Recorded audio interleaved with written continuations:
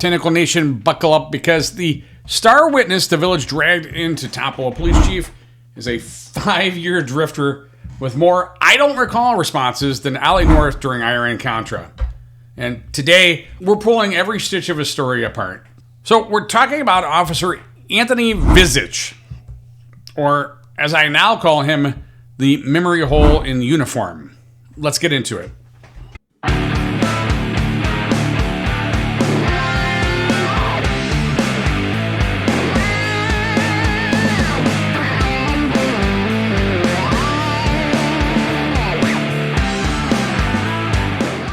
Listen up, Tentacle Nation. If you want to keep this roll call tight, head over to www.theinfamousexchief.com. That's Command Central. From there, you can slide into Patreon. It's a monthly subscription with exclusive drops at least once a month, or lurk for free just to jump in on the polls and pretend you had a say. Discord. That's where the real chatter goes down. Think of it like the squad room. The coffee's cold, the jokes are bad, but everyone's running their mouth. And the best part, you don't need some shiny Facebook profile. You can show up as Detective Donut or Sergeant Snark or Detective Dimmer Switch if you want. Nobody cares. Just get in and start talking. Hit the links for YouTube, Facebook, TikTok, and Apple Podcasts. That's standard issue stuff right there. Old school? Not a problem. Email me. Feeling paranoid? Use Signal. Signal it over. Encrypted tighter than a rookie's first report. Want your voice on the record? Speak pipe. Leave me a voicemail. If it doesn't sound like you're 3 sheets to the wind, I might even use it. Got a tip on a case? Fill out the tip sheet. Be as quiet or loud as you want. Do I burn sources? Ask him. Oh, wait, you can't. Want me to cover a case? Drop it under case consideration. Or keep it simple. Buy me a coffee and grab me a Brew Loud Be Heard mug. Because this isn't just a channel, it's a shift briefing. Be loud, be heard, shake the system until the truth falls out. Vicich testified like a seasoned, battle-hardened 20-year veteran, but the truth is simple. He has only been a police officer for 5 years and 7 months. That's it. He bounced from department to department. He started in Garrettsville Police Department as an auxiliary, then part-time. He had documented discipline, resigned. He then went to Mantua Police Department, part-time, stayed 4 years but never advanced, and Wyndham Police Department, full-time, lasted 6 months, resigned. Newton Falls Police Department, part-time, I think that's where he's at now. So 4 departments, 5 years, 2 resignations, a disciplinary paper trail, and a grievance every place he's ever worked. That's the resume of a wanderer, not an expert. So here's the truth. We do not have any record of Anthony Vicich holding any degree from Kent State. Nothing in the personnel records, nothing in the academy file, nothing in the application packets, nothing in the BCI OPATA documents. What we do know, he attended the Kent State University Police Academy. That academy is hosted on a university campus. It is not a degree-granting program. It may allow you to get credits. Completing the academy does not mean you have a Kent State diploma. There is no confirmed bachelor's degree. There's no confirmed associate's degree. There is no confirmed college credential of any kind. Could he secretly have a degree he never disclosed? Possible. But based on every document, file, and record lawfully obtained, there is no evidence of one. If he has one, he didn't submit it, didn't list it, and didn't include it in any official hiring packet. And yet, during his testimony, he repeatedly leaned on the phrase Kent State, allowing people to assume he was a college-educated officer. Now, this may not have been a lie, but it was a strategic ambiguity designed to make him sound more qualified than his record proves. Before Mantua, before Chief Urso, before the SRO position, Vicich already had a record. Garrettsville PD documented a written warning for posting a Facebook picture with a badge clipped to his belt, appearing armed off-duty in violation of their policy. A written reprimand for mishandling a traffic crash scene and leaving it unsecured. This is important because he claimed he had never been disciplined until Mantua, and that is false.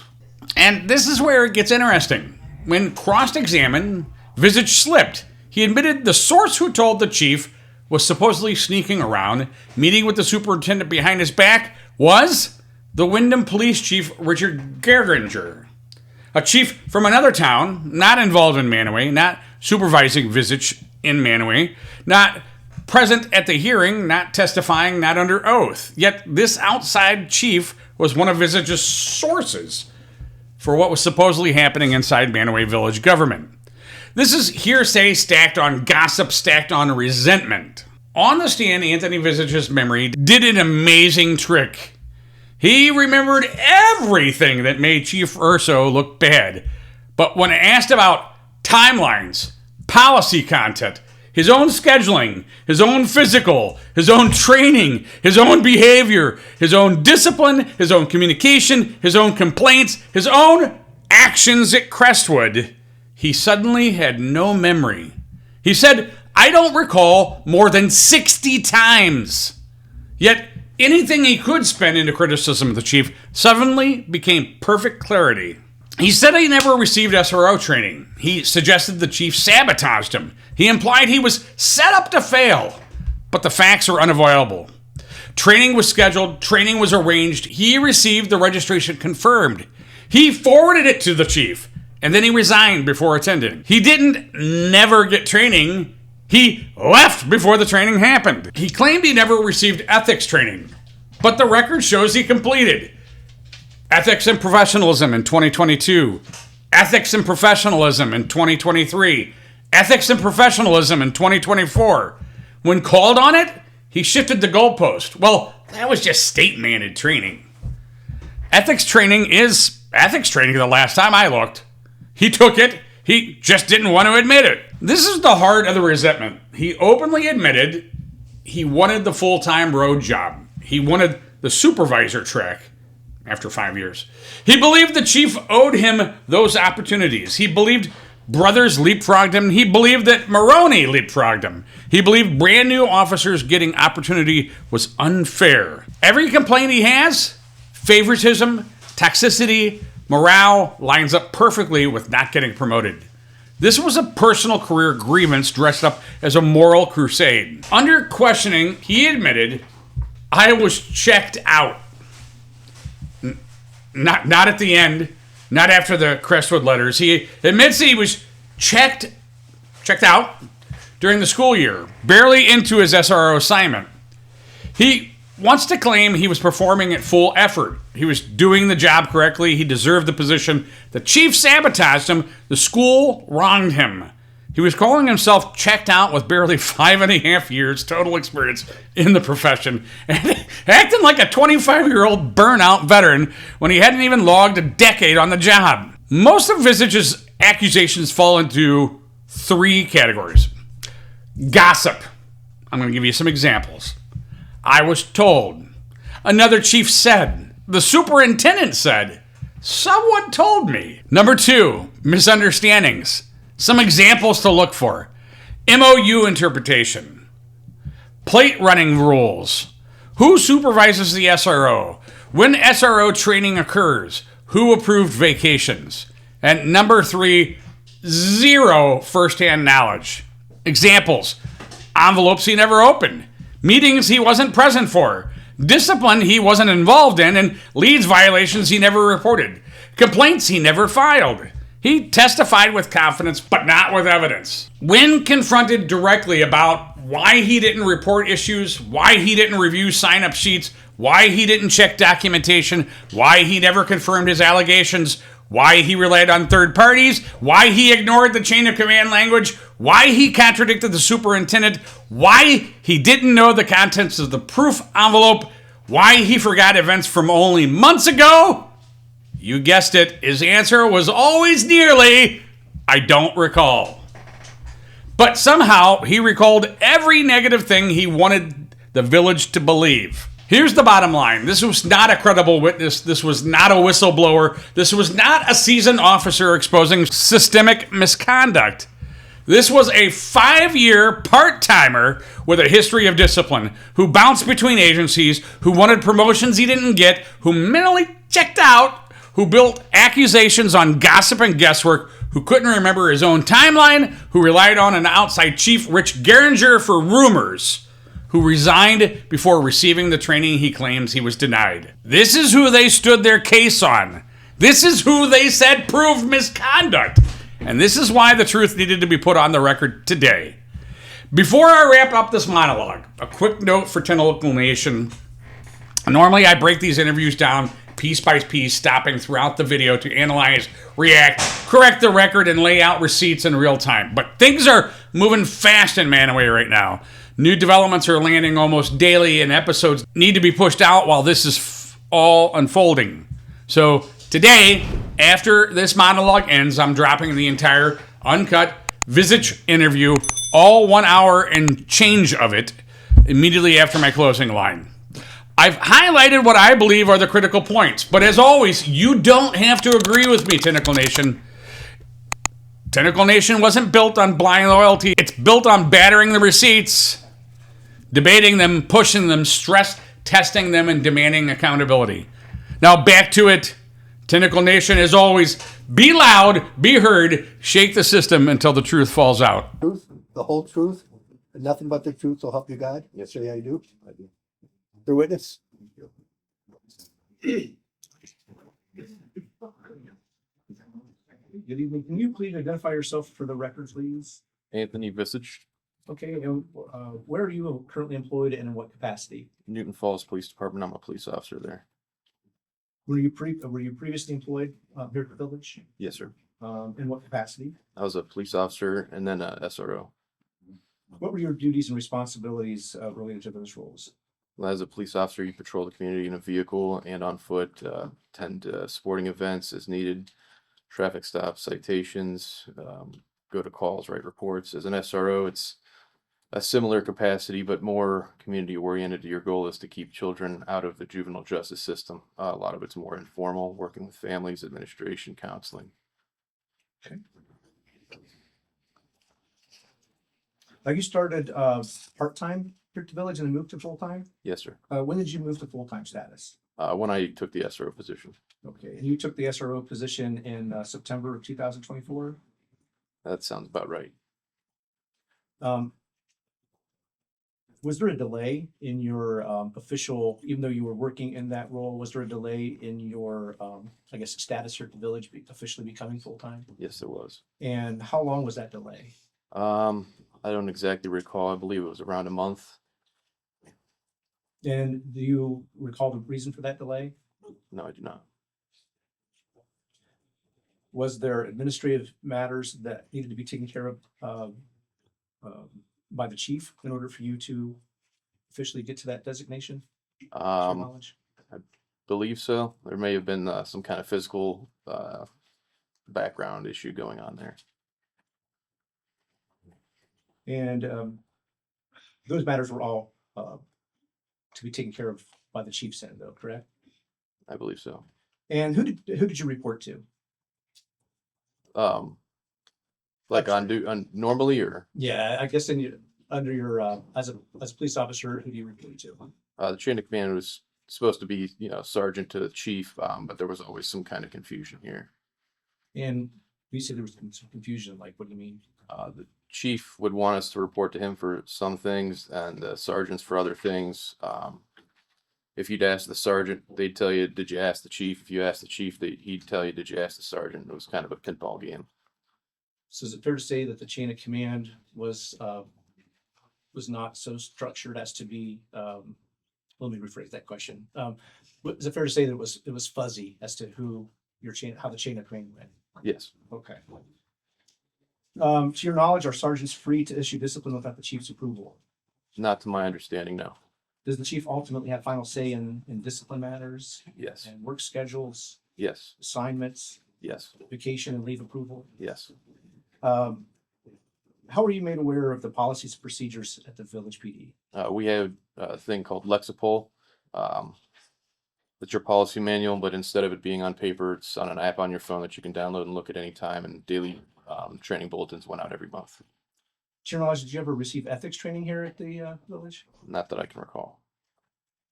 Have you ever received any training on the nepotism policy? Just the DTBs. being required to read through the policy. They've When you not- say DTBs, They're the daily training bulletins that get put out every month. and are you aware of Chief Urso being in a romantic relationship with a subordinate? Yes, Okay. And who is that? Miranda Brothers, And how long have they been in that relationship to your knowledge? at least several years. And you have worked you worked at the village for how long? I believe it was approximately 4 years. Working in the department for that long and with the department this size, do you think it's even possible for the chief to completely remove himself from having any supervisory role No, over an officer in the PD? no, I do not. Why did you resign from the department and the SRO role? A multitude of reasons. In the SR role, I felt like I was not supported, didn't receive training even when I was asking for it. Felt like I was set up to fail primarily there. And here, the environment in the police department had become just too toxic with the relationship and the favoritism going on. It reached a point I couldn't continue. Do you feel you were pushed out of either the SRO or patrol officer role? I do. You supplied an affidavit to us, is that correct? Yes, I did. Okay, if you look in that book, it'll be Exhibit B in that book.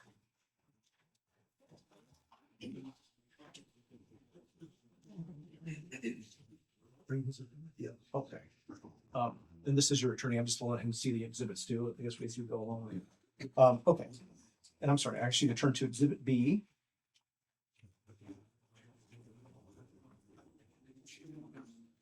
And is this the affidavit you supplied to us? Yes, sir. Okay, and you signed this before notary, Yes, sir. right? And these are truthful statements that you made under oath, right? Yes, sir.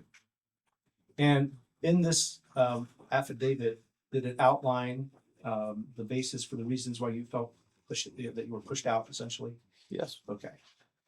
There's 18 paragraphs in here, is that correct?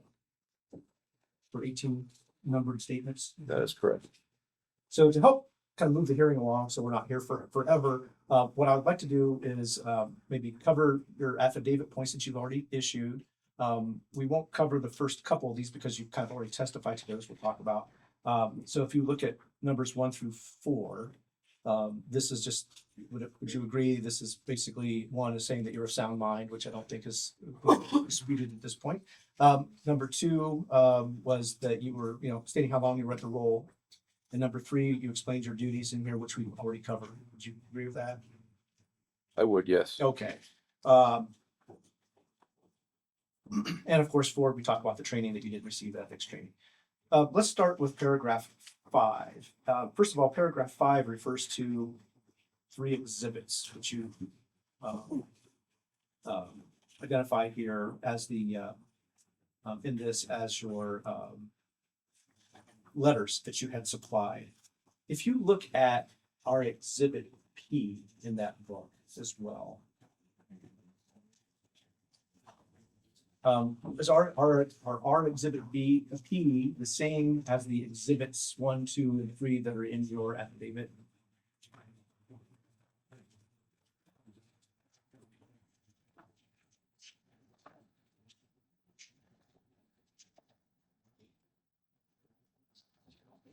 And you said the affidavit was what letter again? I'm sorry. B. B.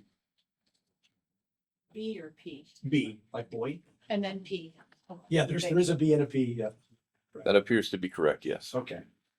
So for my purposes or our purposes, I'll probably refer to P as the exhibit number, but just so we all know in your affidavit, those are the same exhibits. So, all right. So for P, if we're there, the first one of these documents should be dated June 5th, 2020. See that? Yes. All right. And what is this document? That is my resignation from the SRO position at Crestwood School District. And did the chief ask you for this? No, Okay, so you just supplied it? correct. Did he know that this was coming? Yes. Okay, when did you tell him verbally that you were resigning from the role? Around the time I told the superintendent, I'd been in contact with him, telling him that it wasn't quite working out and that I was thinking I was going to leave. I believe it was a week or 2 prior to her letter when I officially let her and the chief know that I was not going to be returning. Had the chief, if the chief would have asked you to have this letter given to him prior to the time that you did, would you have done so? Yeah, I'd already started writing it. Okay.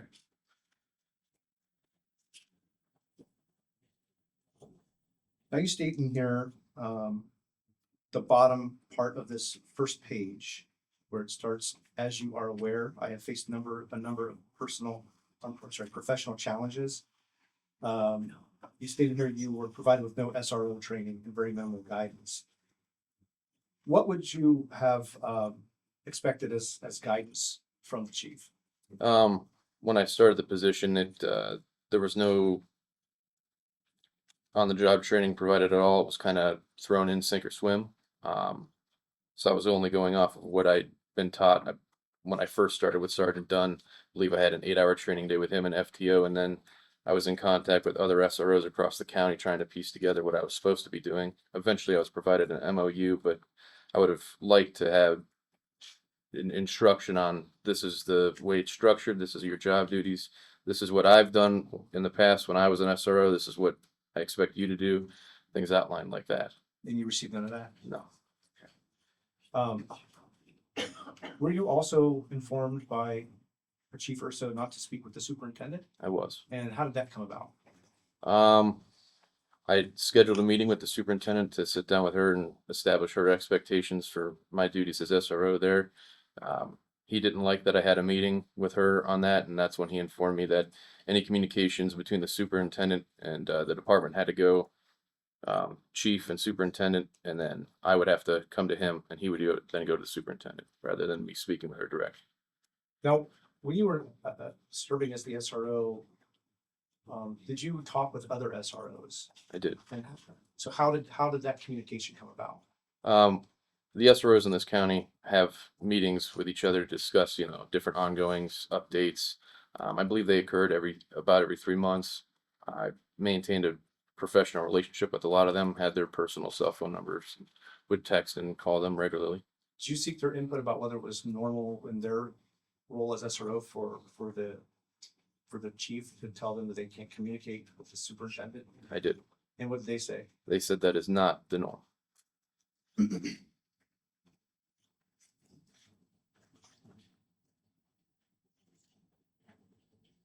Wasn't the chief an SRO previously himself? He was. Would you expect somebody who's been in that role to offer guidance and serve you in that capacity? Yes. Do you know why you didn't undergo the SRO training right after you started in September of 2024? I don't recall, no. Okay. To your knowledge, do you know if the first of all, SRO program is governed by Ohio statute? Is that your understanding? Yes. And do you know if under the Ohio statute you're required to have that SRO training within a year of starting your role? That is correct. And did you have that training within a year? No. of starting your role?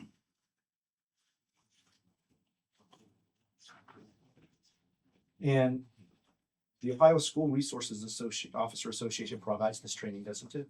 I believe so. And that's provided annually in October, isn't it? That sounds right. Okay. Now, was it ever scheduled for you? I believe we scheduled it out, yes. Right. And is it, I think,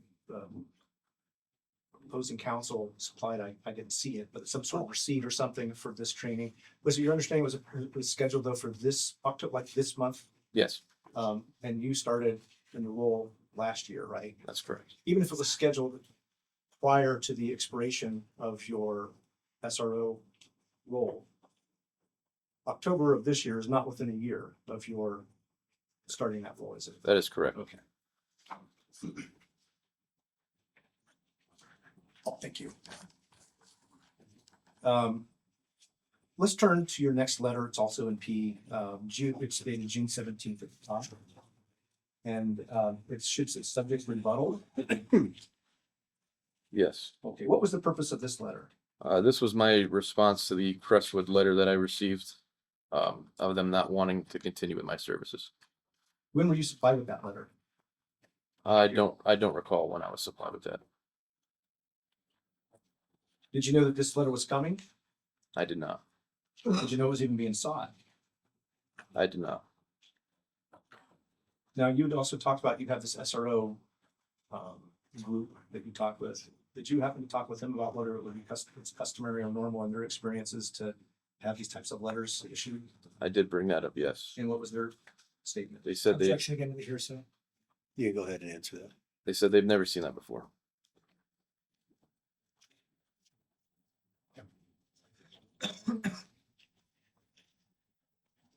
And are you aware of the chief ever asking for such a letter for any other SRO? No.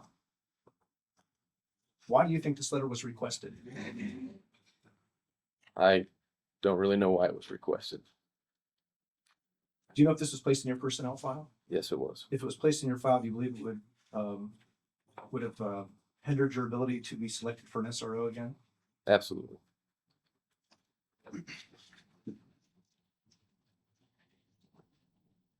So looking at your letter, in the first paragraph, it would be the second sentence. Say, prior to your receipt of the letter, I had already intended to resign.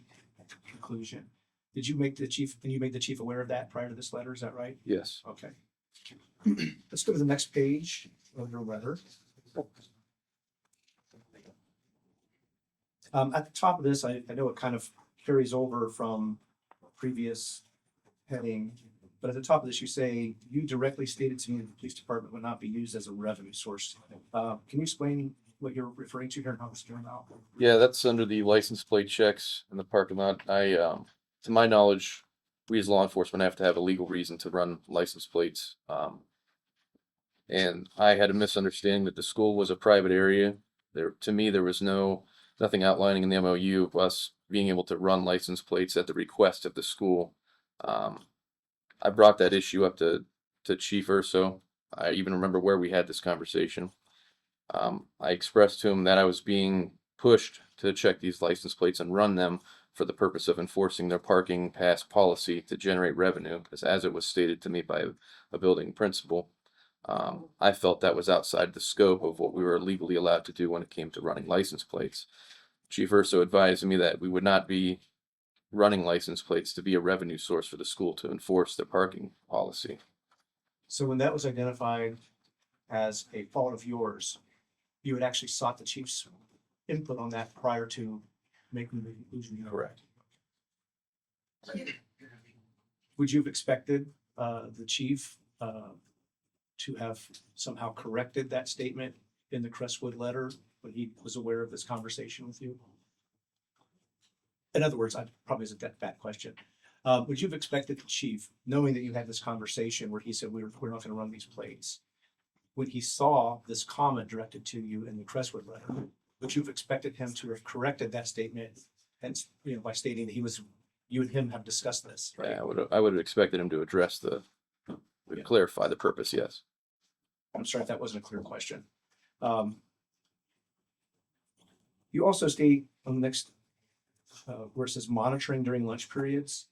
The last sentence you say, despite repeated clarification, this flexibility was not accommodated, and my absence during law enforcement duties occasionally led to issues during those periods. When you talk about your absence for law enforcement duties, was the chief aware that you would have to be absent for law enforcement duties? Yes. So in the letter from Crestwood, when it was stated that the chief, I want to misquote what he said there, but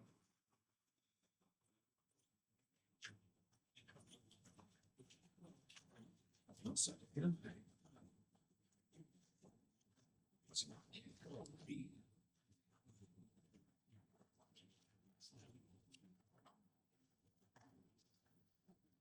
Thank you. Oh, that's the wrong letter too. Yeah, second here. Sorry, I'll get it. In the Crestwood letter,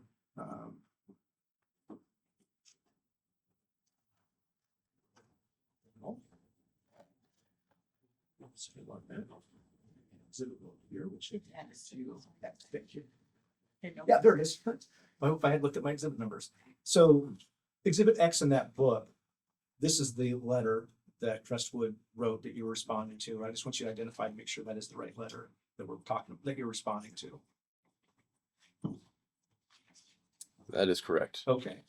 So in this, it states that when, that it talks about you leaving the building because you have cases, to complete cases at the station. It states that when she spoke with Chief Urso about this, he assured her that he had not once asked you to return to the police station to complete this work. However, this clearly states that, you know, you were absent and he was aware of it. First of all, this statement that the chief is indicated to have made in this letter, that he never once asked you to return. Would he ever ask you to return? No, And why wouldn't he? because it's a normal part of our day. We, even on the road or previous SROs, he's made it known, both him and Sergeant Dunwood used to return here to conduct work as just part of a normal day. We need to conduct interviews on recorded lines. We need to type reports on our reporting system here when we don't have access to it at the school. I had a laptop where I would start things, but if I needed to talk to a parent, it'd have to be on a recorded line. We have interview rooms that are recorded. I'd have to conduct interviews, do investigations. It's just a normal part of our functioning day.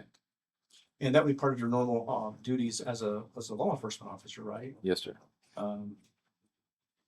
So the chief, he wouldn't ask you to do that. You would have the authority to unilaterally do that. And you're saying he was aware of that. That's correct. Okay. So this statement that's attributed him to this letter, do you believe was a misrepresentation? I would.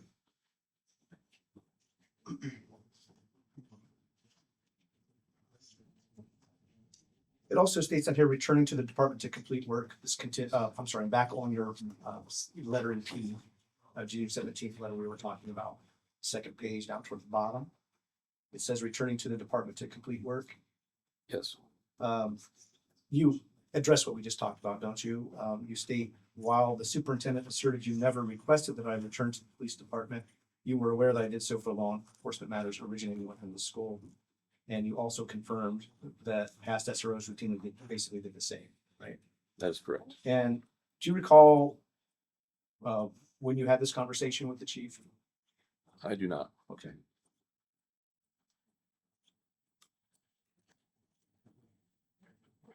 Also, when you were working as SRO, if two of the full-time officers, because we'll back up, when you were SRO, how many full-time officers were there? Myself, Miranda Brothers, and Chief Urso. Okay, so just you three, right? Correct. Has that been relatively consistent in your, that it's either been 3 when there's an SRO or 2 when there is no SRO? Has that been pretty consistent? Correct. Okay. So if there were no full-time officers available, in other words, they're both on vacation at the same time, would you as SRO be expected to respond to the demands of the village? Yes.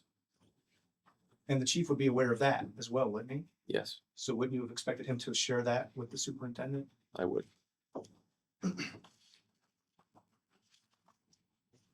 All right. And third page of your letter, you have additional concerns here.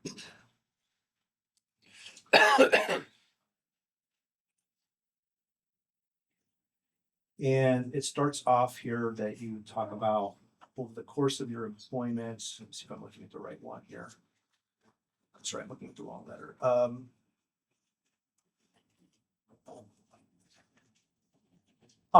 The additional concerns. You said you were informed that you requested that you requested the superintendent's letter to be issued in writing, despite having previously told me you had no prior knowledge. Can you explain what you mean by that?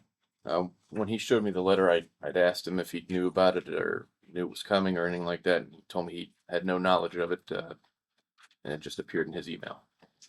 So he did not tell you he requested the letter. No. You say further, I understand that you have advocated for Patrolman Miranda Brothers, someone who you are involved romantically, to assume the SRO role. How did you come to that understanding?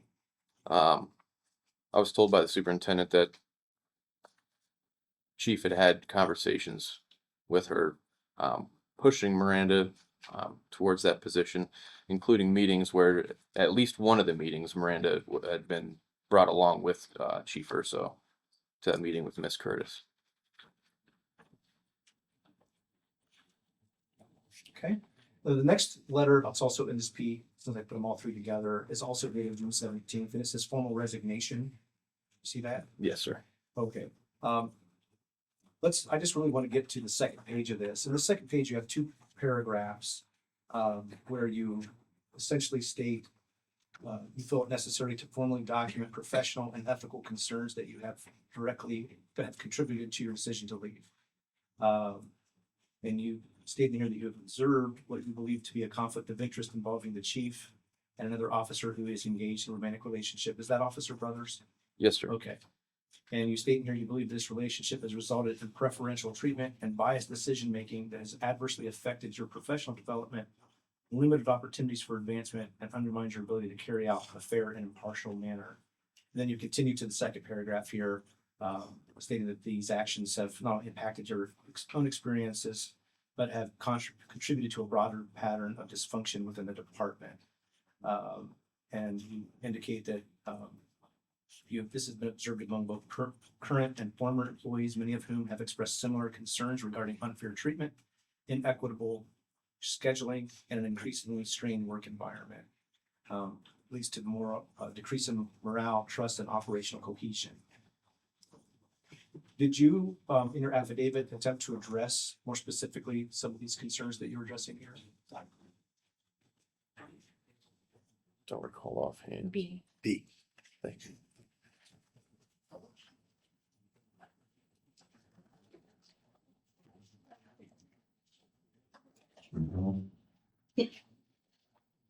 Yes, I did.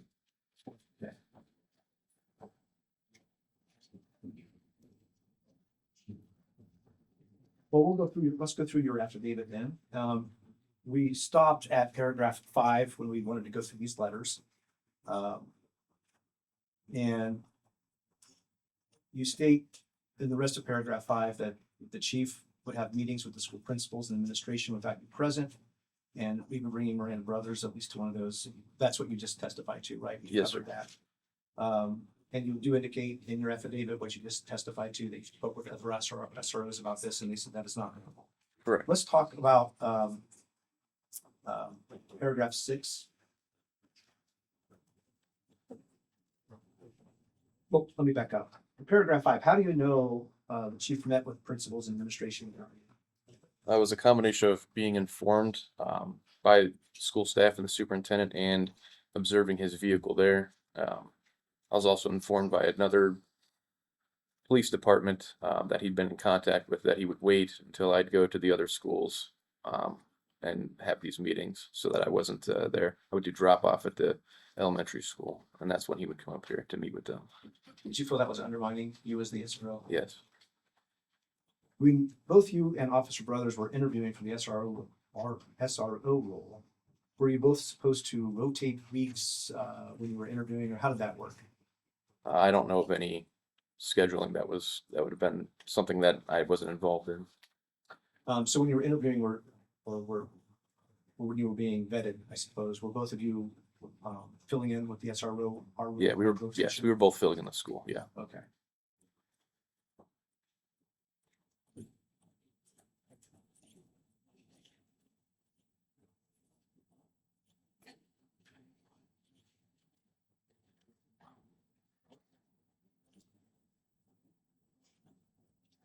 You state on the last part of paragraph 5, you say you believe that the chief set you to fail in order to push his girlfriend, Officer Brothers, to replace you.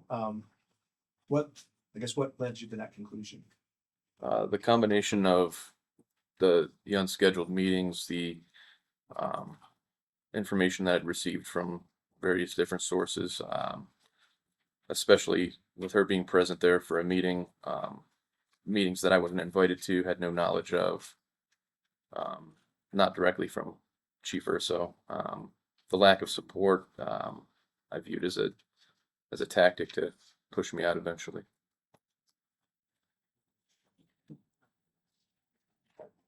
Let's go to paragraph 6. Let's actually have you read what you wrote here, and we can, or what you have a long one. Let's go and read that, and I'll ask you to follow up. You want me to read the entire thing? Um,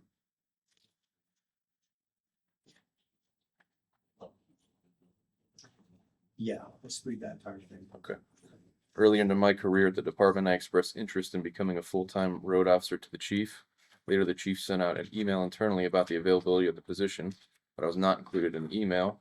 When I confronted the chief about being left off the email, he stated I did not have enough time with the department to be considered. The only other officers eligible for the position were Officer Brothers and Officer Johnny Fidella.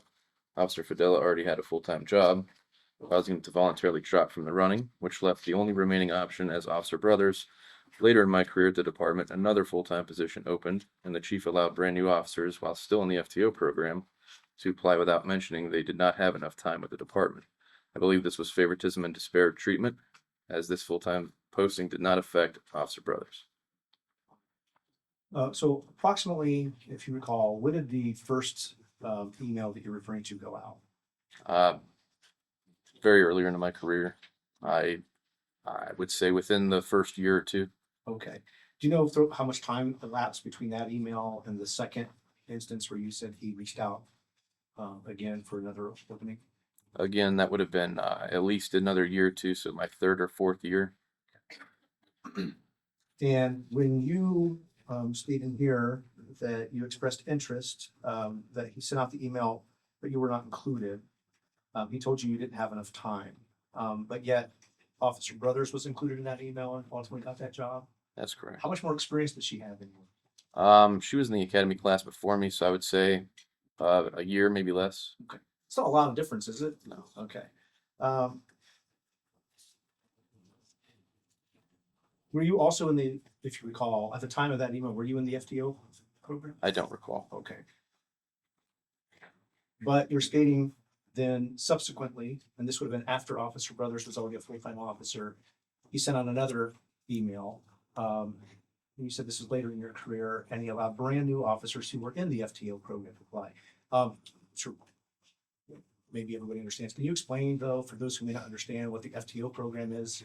It's just a field training program that you go through. Your training officers will sign off on the sections that you go over, culminating into the training supervisor will review everything that's been gone on. There'll be a conversation. The officer and the supervisor will reach a consensus and say, yes, I'm ready to be on my own. And then you'll be on your own outside of training. While you're inside of training, you always have to work with a training officer. And these are people in the FTO program are new to the department, right? Yes, sir. So.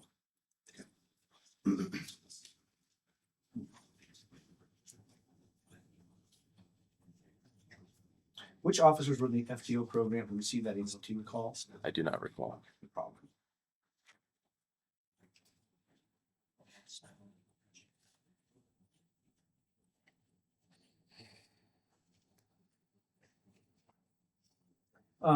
Just a question. Has the department been understaffed since you've been there Yes. part-time? Do you know why the chief just wouldn't have hired both of you full-time? I can't comment on that. I don't know. Okay.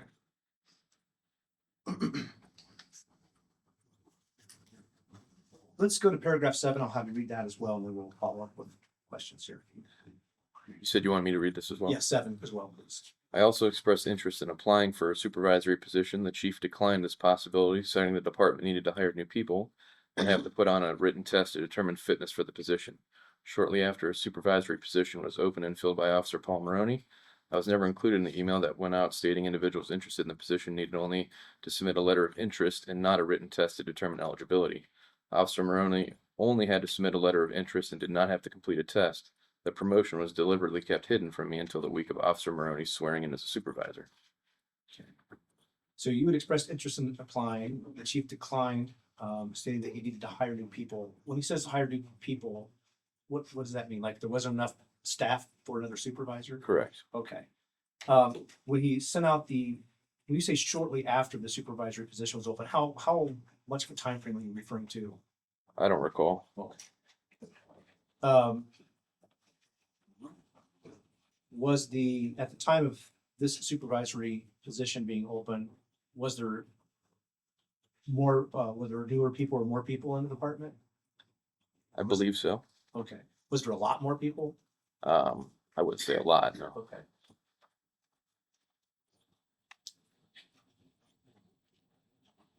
So why were you not included in the email? Did you ask the chief? No, I did not.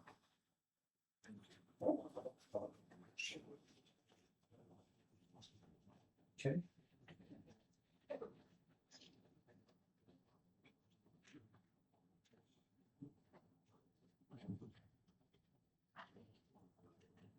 What is the relationship, to your knowledge, between Sergeant Maroney and Chief Urso and or Officer Brothers? To my knowledge, Paul Maroney is quite close with Chief Urso and Officer Brothers. Would you say they're friends? Yes.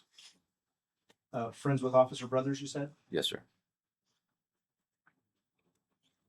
Would it favor Officer Brothers to have Maroney as her sergeant? Yes.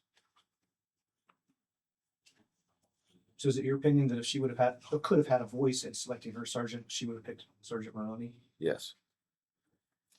Paragraph 8.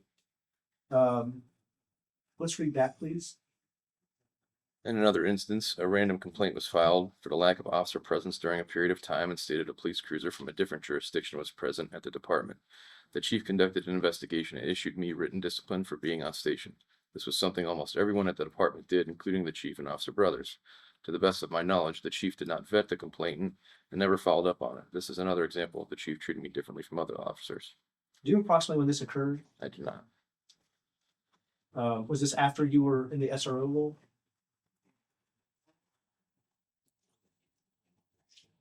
I believe the discipline would have been, I don't recall if the complaint was. And you've never been disciplined in your career at this PD before that, right? Correct. And you said have you personally seen the chief do the same thing Correct. and didn't discipline himself? I don't know if he can, but no. Right. Have you personally seen Officer Brothers do this without discipline? Yes. And how often have you seen that? It was fairly common. I don't know the exact number, but I would say multiple times a week. Did you also observe Officer Brothers bring her child in to work with her while she's on duty? Yes. And how often did you witness that? Again, that was fairly common. Dispatchers would also have to babysit the child on occasion. There's no discipline for her for having a child hanging around the whole time? Not to my knowledge. Okay.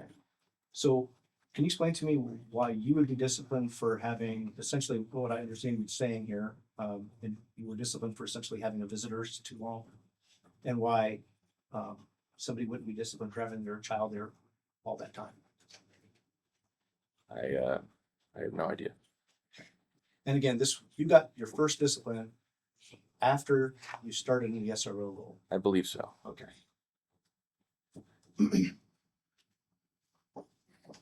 Let's look at paragraph 9.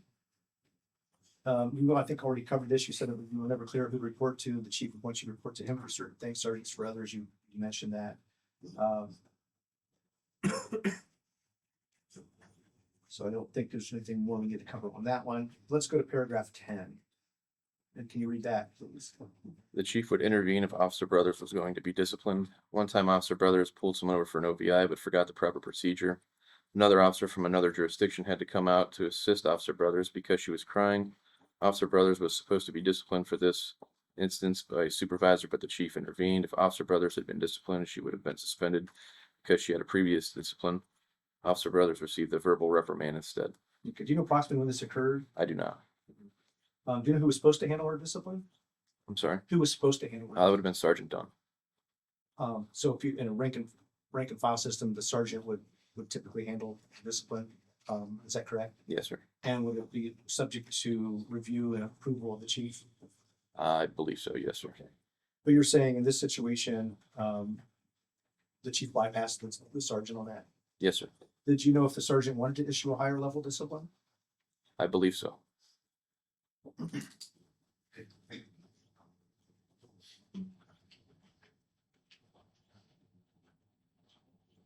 And did you consider this an act of favoritism? Yes. The next paragraph here, can you read that for us? I'm sorry. What number? Paragraph 11. Officer Brothers was placed on administrative leave due to pending child endangering charges. When an officer is placed on administrative leave, the suspended officer is not supposed to be performing work for the department. However, Officer Brothers was completing monthly numbers paperwork for the with the chief's knowledge. So this was in early 2024 when Officer Brothers was placed on administrative leave by the mayor pending her resolution of her matter. That's correct. Okay.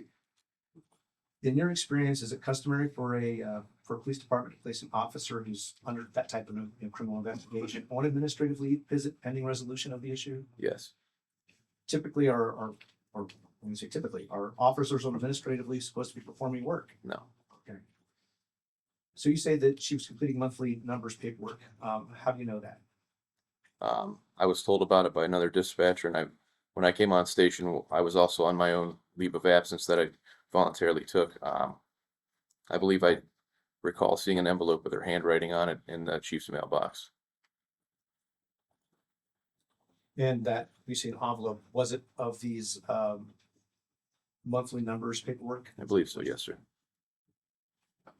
All right. Let's read paragraph 12, please. I was originally hired to cover the night shift, but I was never assigned to cover regular night shifts because there were not enough officers. There was no effort to hire additional officers. I've even asked the chief if I could participate in recruiting efforts, to which the chief declined. So do you know, so you were actually hired, you were hired into be a part-timer on nights? Yeah. Do you know why you weren't assigned nights? I do not. Night shift, is that typically filled by an on-call officer? After it wasn't able to be regularly staffed, yes. Okay, do you know approximately when that started happening? I do not recall. Do you know who typically filled that on-call role? Yes. And who was that? Officer Miranda Brothers. And to your knowledge, somebody, understand there's an inconvenience if you're ever called out of your sleep, obviously you'll be on call, but to your knowledge, is there a kind of a guaranteed minimum for responding to on call? You know? As in like time, or Correct. Is there like a, it's just however long it would take the officer to get to station.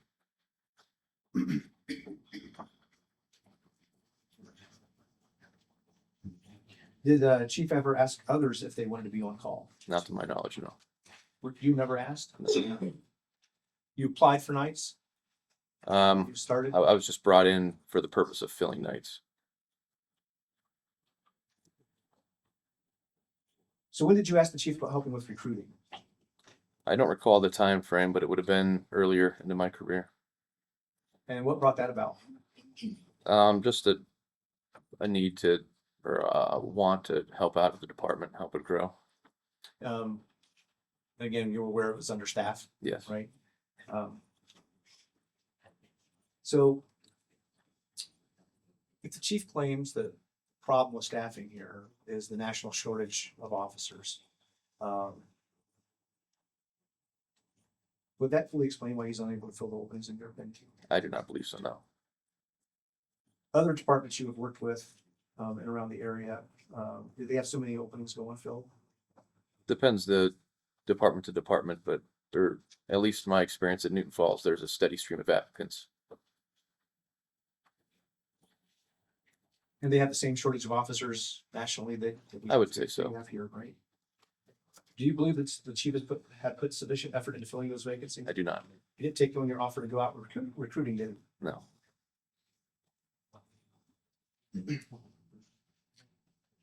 Okay, let's go to paragraph 13, please.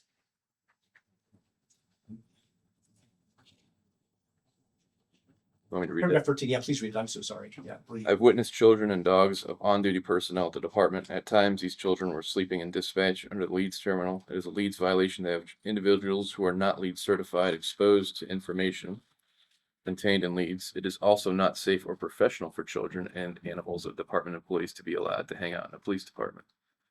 When you say you saw children of on-duty personnel at the station, and whose children are you referring to? Sarah Harper and Miranda Brothers. And how often did you observe this? I'd say it was more uncommon. The sleeping was some time ago. It was early to mid-career, but the children were here, I'd say, maybe a couple of times a month.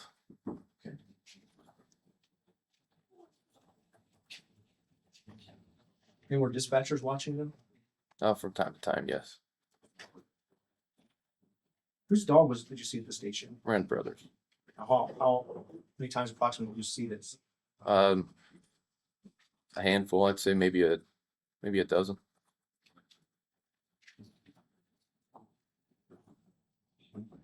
Okay, so you said it was an issue for them to be sleeping in the Leeds terminal. What is Leeds and why would that be a concern? Leads is law enforcement sensitive information. It's whenever you run a plate or criminal history background, it prints off citations, socials, driver's license, addresses. You have to take a test and be certified to even be in the same room as that information, let alone running it. It's a different process. So only certified individuals are allowed to be around that information.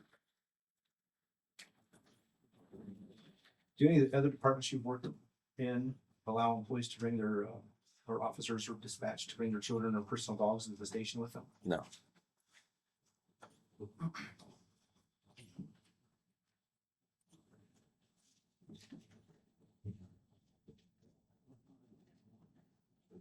Paragraph 14, let's go ahead and read that one, please. When I was an SRO, I would leave the school and head back to the department to complete work that I was not able to complete at the school. The school did not have the resources or devices I needed. The chief and formal sergeant, Eric Dunn, would also leave the school and return to the department to complete work when they were SROs. However, it was only an issue when I would leave. When this became an issue, the chief did not explain this to the school administration.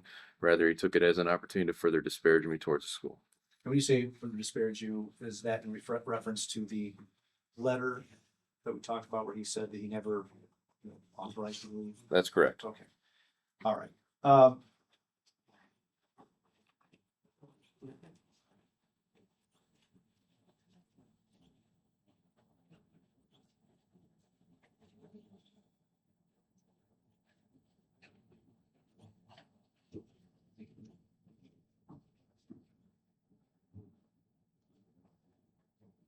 And let's look at paragraph 17, paragraph 16 here. You say Officer Brothers is referred to as AC, meaning assistant chief. How did that come about? I don't recall how that came about. Do you know why she was referred to in that manner? Officer Brothers and chief would at times fight in the department as if they were a married couple. Until she got her way, inevitably she would tell the chief what to do and he would concede and do what she wanted. You state here at 17 that the work environment is not healthy and toxic, does not operate in a professional manner. And you stated in your letter that's the reason you left there. That's correct.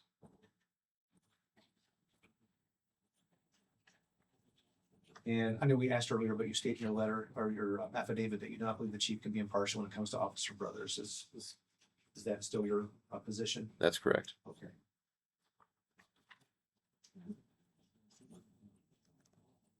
Did you receive any written reviews while you were SRO? Like job performance reviews? Right. I don't recall.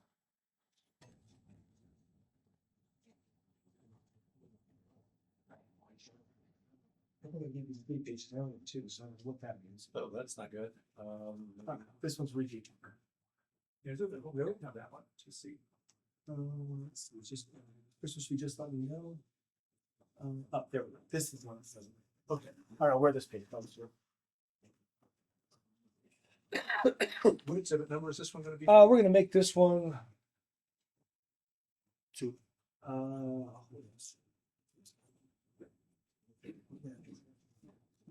That explains it. That's his, this is exhibit number 2.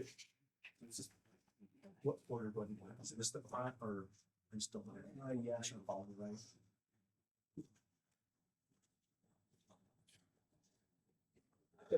Okay, all right, this is exhibit 2, right? Exhibit 2. Oh, thank you.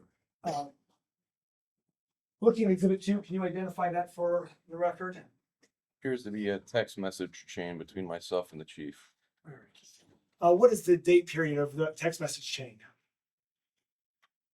October 25th, 24. And it proceeds from there to October 28th, correct? That's correct. Okay. And in that text message chain, do you discuss getting the doctor's appointments and physicals that you need in order to be made full-time? That appears correct. And I don't want to put words in your mouth, but the conversation appears to be, you're appreciative of his giving you time to schedule around your family events, correct?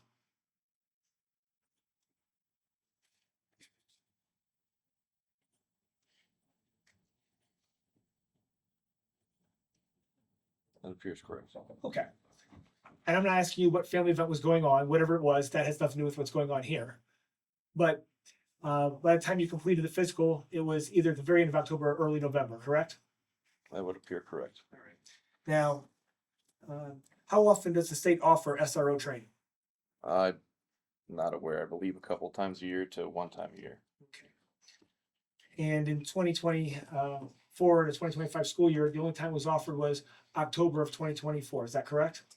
I don't have knowledge of how many times it was offered that year. Were you given the instruction to schedule your SRO training? Yes. All right. And ultimately, did you schedule your SRO training? Yes. And how did you go about doing that? We had a previous reservation from the previous SRO that I contacted the company that was putting it on, seeing if we could slot into that time frame. And did you do that? Yes. And you did that approximately in March of 2025, correct? I don't recall the time. Good news.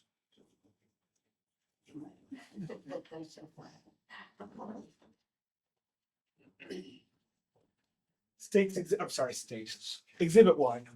Bill can tease me about that later. Does that refresh your recollections of when you would have scheduled this? Yes.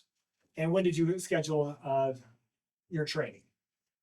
Date of registration is 3/7/25.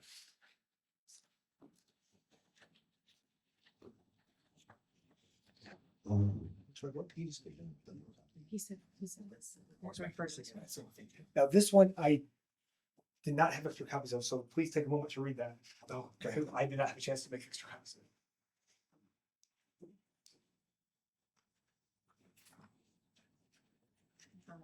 Okay, gotcha, yeah. Okay, all right. Can you identify that for the record?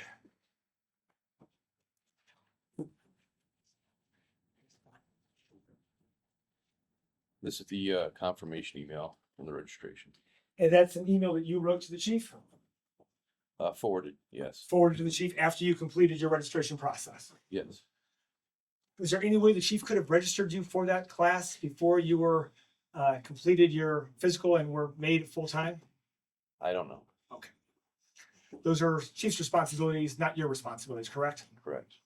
But sending you off to a SRO class when if you didn't pass your physical would have made no sense whatsoever. Fair to say? That's an opinion. Do you share that opinion? Sure. Okay, we can agree. Then the chief really had no choice but to wait till you pass the physical. Agreed? Okay. Yes? There's part-time SROs that I know of. The Village of Mantua, it's a full-time position. Agreed? Okay, yes. In order to be full-time, you need to pass the physical. That's correct. So they couldn't schedule you for the class until you passed that physical.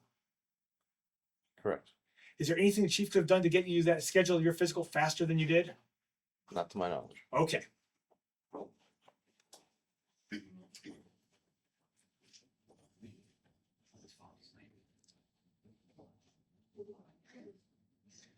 You expressed that you had some concerns about who you were to report to. There was some confusion in your mind about who you were to report to. Is that correct? That's correct. All right. Now, in the chain of command, you read through that as an officer for the Mantua Police Department, correct? Correct. And would you agree with me that the manual is quite clear that road officers are report to the sergeants, correct? That's correct. And the SRO officer in the MOU with Crestwood Schools reports to the chief. Would you agree with me about that? I would. So it seems to me that's pretty straightforward and pretty simple, correct? That is. Okay. You expressed some concerns about training that you received over time. Is that correct? Correct. Did the Mantua Police Department, under the direction of Chief Urso, allow you to do a 4-day training session for detective work? I don't remember how many days, but I remember I went to a detective training, yes. Okay. So that was a training program that the chief arranged for you to do. Yes. Okay. And there was other training that you did as well, correct? Other training? I don't recall that. I believe there's some ethics training that you were able to attend. Is that correct? Ethics training, I don't recall ethics training.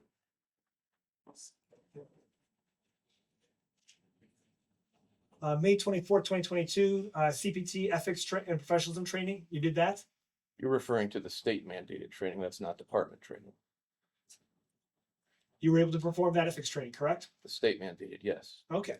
And you were also allowed to complete the same training in 2023, State mandated, yes. and you were to complete the training in 2024 as well. State mandated, yes.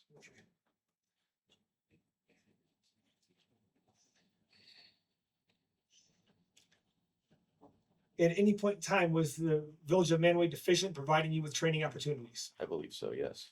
How so? I'd expressed the need or the desire to attend several different trainings and putting them in writing, and was never sent until the detective class. There was one years ago, I believe it was something about confident, tactically confident. I don't recall the full name, but I did express the desire to have more training. Yes. Okay, so you wanted more training. Was there money in the budget for you to send you additional training? I don't have knowledge to that. Were other officers going to training programs? I believe so. Yes. Do you know of any of these officers? Yes. Who was getting additional training? Rand Brothers. What training did you get? CIT, FTO. Was that while she was full time? I don't recall. All right. So let me rephrase my question. Were part-time officers being given multiple opportunities to do training programs? Not to my knowledge. And yet you were given the opportunity to do the detective program, correct? Correct. Okay.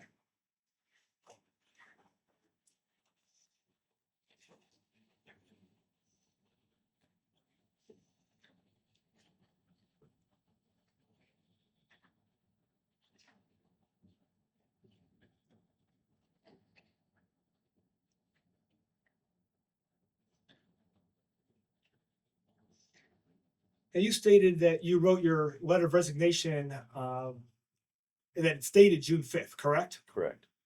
But that you started writing it prior to the superintendent sending a letter to you telling you that you were not going to be welcomed back. That's correct. Given that you'd already been effectively terminated from the SRO role, why did you still write a letter of resignation? Well, I'd already given the notice that I wasn't going to be returning, and I'd already started writing that resignation prior to that letter. So I turned that letter in as I'd intended. Now, you said you prior to your resigning, you scheduled a meeting to talk with the superintendent, correct? Yes. And you testified that the chief did not like you having a meeting directly with the superintendent. Correct. Now, you're sitting in this room about an hour ago, correct? Correct. And you heard the superintendent testify, correct? Yes. And you heard the superintendent testify that she did not want to meet directly with you. She wanted to have the communication go through the chief. Correct. So if the superintendent wants to have the communication go through the chief, and the MOU says the communication goes to the chief, and your authority chain of command goes to the chief, why would this be surprising that this would be another communication that would go through the chief? I'm sorry, what's the question? Why would it be surprising that this communication would go through the chief when all the other policies suggest that the SRO officer in Crestwood should go through the chief? It's not surprising, is it? What are you asking about specifically would be surprising? You testified that you're concerned about why it is that you were not allowed to have direct communication with the superintendent, Correct. even though the superintendent testified that she didn't want to have direct communication with you about anything substantial. She said it was outside of the norm, is what she testified to. She also testified that she wanted to have the communication with the chief, not with you. I would just object. I don't think that is actually her testimony. I don't recall it. I don't believe that's stating accurate. it, but the record will say what it says. I just want to get that out there. I think he's not accurately stating her testimony. Okay, well, All right. use your own recollection. Yeah, I don't believe that's accurate. We'll move along. Okay. You would agree that the chain of command says it goes through the chief. I don't recall anything saying it would directly go through the chief, no. Okay. What I recall in the MOU was complaints, issues of concern would go in that chain of command, but there was nothing stating that free communication between an SRO and a superintendent was prohibited, no. You testified you did not like running license plates in the school parking lot. It's not that I didn't like it, it's that I believed it was outside the scope of what we were legally allowed to do. Now, you've been an officer for 5 years now, correct? Going on 6 now, Going on yes. 6? Do you still believe it is that you are not permitted to run license plates? You'd have to clarify that question. In the parking lot on the SRO or just in general? In general? In general, it's part of our job duties. Okay. Is there anything that makes running license plates on school property off limits to you as a police officer? With my understanding now, I would say no. However, at the time, there was nothing in the MOU that I could see that would give us that right, being that it was private property for the purpose they were requesting me to specifically enforce their private parking policy, not for the safety of the students. That was my concern. Did you discuss this with anybody? Yes, Who'd you discuss this with? the chief, other SROs, and the superintendent. All right. The other SROs, do they have any authority over what takes place in Crestwood? No. You discuss it with the chief? Yes, He does have authority? yes. What did he tell you to do? That's when that conversation occurred about us not being a revenue source for the school. Did you follow the chief's directions? Yes, he did clarify that we can do it, and I proceeded to do so. Okay. So you followed his orders, Yes, sir. and you would agree now that they are legitimate orders? Yes. Okay.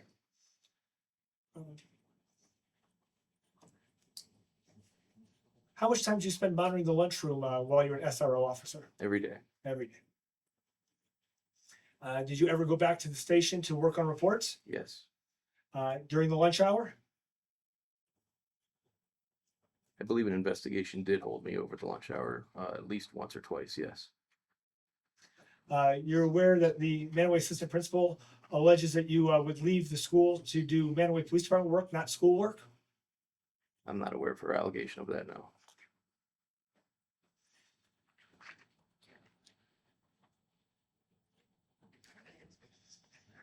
You would agree that you have the resources at Crestwood schools to conduct interviews at Crestwood schools? No, I would not.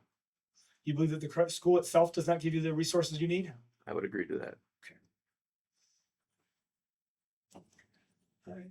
You're concerned that Officer Brothers had a meeting with the superintendent without you being present, Yes, with the chief present. Yes. and the chief was present. Yes, Do sir. you know what the topic of that meeting was? Do not. So, what was your involvement with the diversion program? I had none.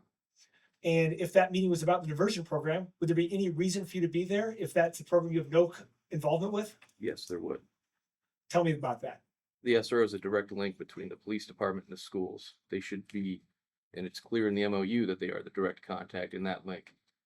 While I did not have anything to do with establishing that program, I would have something to do with suggesting which children go through that program, as I'm the one that would be handling criminal charges or criminal investigations with those juveniles. Now, if this meeting were about the implementation of the program, that would make sense, correct? Correct. And if this program was just about how to set it up and how to operate the program, then there would be no role for you in this meeting. I agree. But yet you're willing to make these aspersions and you're willing to make these allegations that something nefarious is going on in these meetings, but you don't really know. I was informed they were. Who informed you? The superintendent. Okay. Did she testify to that? I don't recall what she testified to. Okay. You were also asked about the fact that the chief went on vacation. Do you have any say over the chief's vacation time? I do not. Who does have say over the chief's vacation time? Believe it's the mayor. All right. Do you have any reason to believe the mayor did not sign off on his vacation? I have no clue what the mayor did or didn't sign off on. And do you have any clue about whether or not the mayor signed off on Miranda Brothers' vacation? I have no idea. And if the mayor signed off on both those vacation times, you would never question the mayor's judgment about that, correct? No. Okay. Although you did suggest that you thought it was inappropriate for them to both be on vacation at the same time. I would agree to that, yes. But if the mayor approved it, you'd say that's still allowed. I would still say it's inappropriate for them to be on a vacation at the same time. So are you now questioning the mayor's judgment? I'm not. Okay. First of all, I just want to object that the mayor hasn't testified to whether she approved this or didn't approve this. He's assuming facts, not even an evidence. So I think this whole argument is premature. Okay.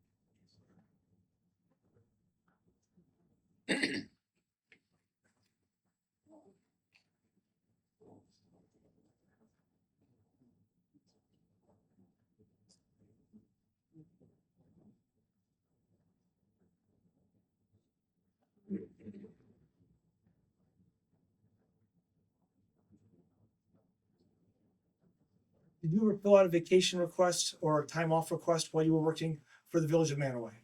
I believe so, yes. All right, so if I can find that form in this enormous stack of paper. I think it's in this file. This one. Excellent. I'll need to find it. I'll move on. We'll come back to that in just a minute.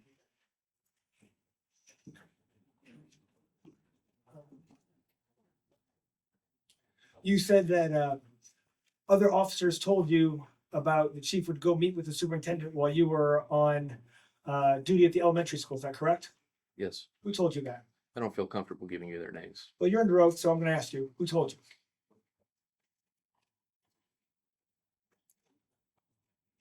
Chief at Wyndham. And who would the chief at Wyndham be at this time? Or who's the chief at Wyndham that's telling you at the time they were telling you this? Richard Geringer. And is Mr. Guarantee going to testify to any of this? Not to my knowledge. All right.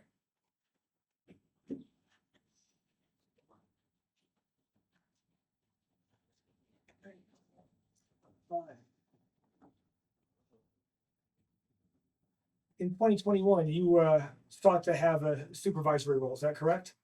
I put an interest for it, yes. That went, and the supervisors that came out of that were Gilbert and Maroney. Is that correct? Gilbert was a sergeant before I was employed here. Okay, he was already a supervisor. Yeah. And Maroney was promoted. Is that correct? Correct. All right. Did Maroney have more experience than you? Yes. Was it reasonable that he would be promoted ahead of you? Yes. Okay. So you expressed an interest, but there was no unfairness that took place at that point in time, correct? That's not true. Oh, you do think it was unfair? I was lied to. I had a conversation with Chief when he was working night shift in dispatch. I'd expressed my interest in that conversation. That's when he told me that he would have to put on a test. There would be interviews. I said, okay, and didn't think anything of it until there was an email sent out with only Marty Tokinen and Paul Maroney on that email for letters of interest without a written test or a program being put through.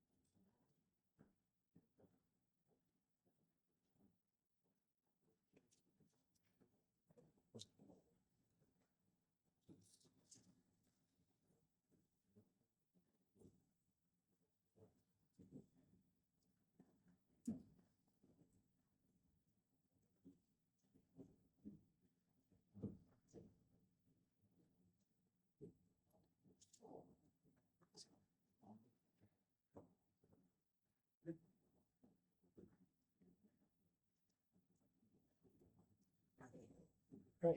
Hayes, with regard to Exhibit 4, can you identify that?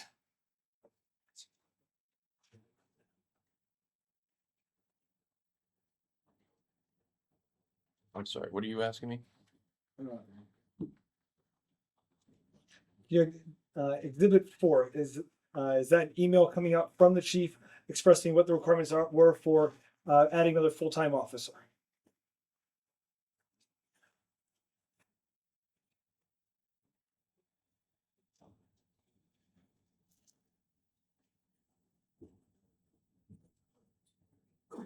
If you don't recognize it, just give it back to me so you don't recognize it. I don't recognize Okay. this.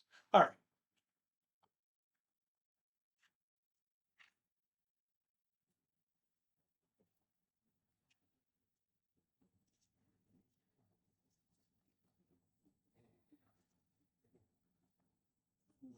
Do you agree with me this was taking place in October of 2021? I couldn't hear the first part of that. Would you agree with me this is taking place in October of 2021? This conversation about the supervisor? Yes.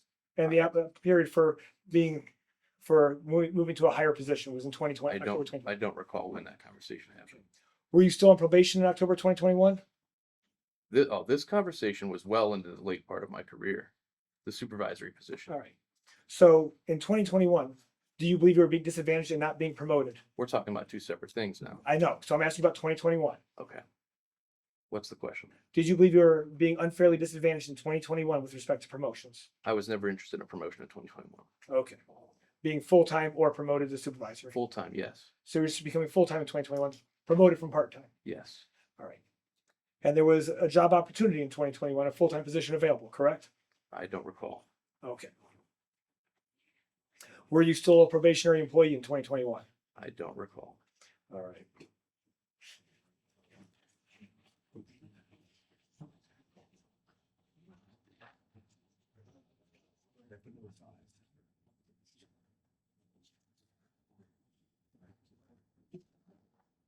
Showing you the timesheets from late October 2021.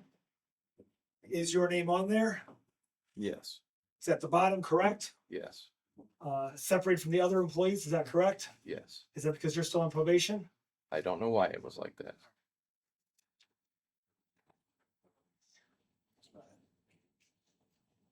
that. Did you get that promotion at that time? To full-time? Yes. No. And I believe that your testimony was that Ms. Brothers got that promotion, is that correct? Yes. And you suggested that's because of some sort of violation of the nepotism policy, at least into your inference. Were you actually saying that, or am I mischaracterizing your testimony? You're saying that it was a nepotism issue that she got that? I am asking you, do you believe that was a nepotism issue that she got that? Yes. Are you aware of whether or not they were dating in 2021? I believe they were, yes. All right. Were you aware there was an investigation conducted by the prosecutor for the city of Aurora into Yes. their relationship? I do remember that. And it was found they were not dating in 2021. Are you aware of that? I don't remember the results So of that. object about what this, I don't know Yeah. if this is even. How would he know what the finding was? It's a public record. He might have read it. That's why I'm asking. I don't know. You've made the allegation they were dating, but you have no facts to back that up with. Is that correct? I have no facts, no.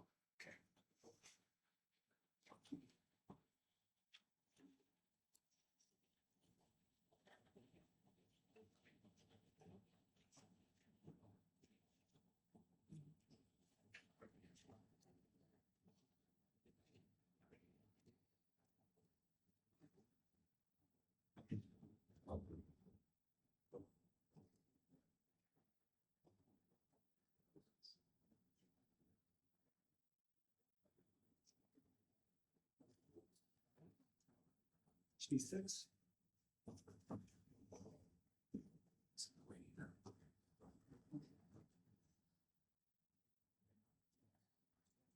It's been marked as Exhibit 6. Can you identify that document?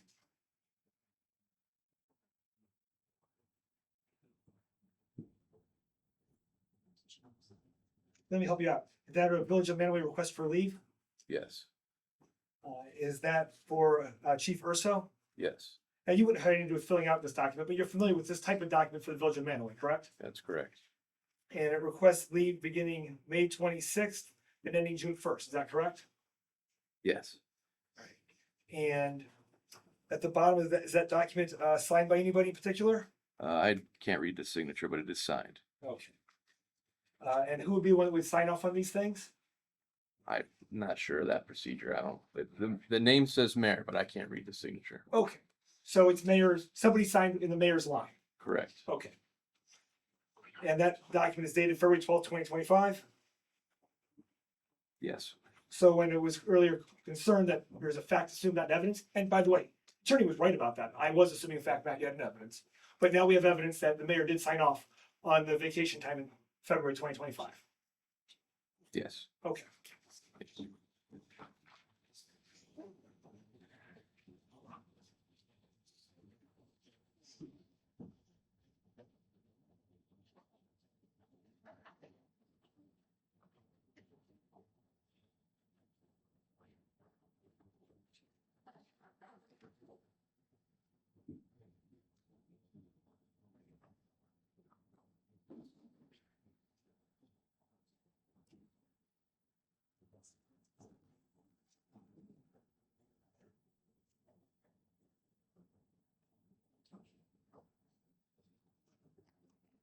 Handing is marked as exhibit 7. Is that another Village of Mantua vacation request? Yes. And just to help you along, this one is from Miranda Brothers, is that correct? Yes. Similar time period? Yes. All right, and that one's not signed by the mayor, correct? I don't see it signed by anybody. No. Under administrative action, department head, I can't tell whose signature that is. is that Chief Urso's signature? No. Okay, so it's signed by the department, so that vacation is also approved. Yes. Okay. And during that same time period, that same week that they were on vacation, you had a family emergency, is that correct? I don't recall. Okay. Now, we're talking about May of 2025 to June of 2025, correct? May of 26 to. Yes. Yes, sir. Yeah. Okay. Yes.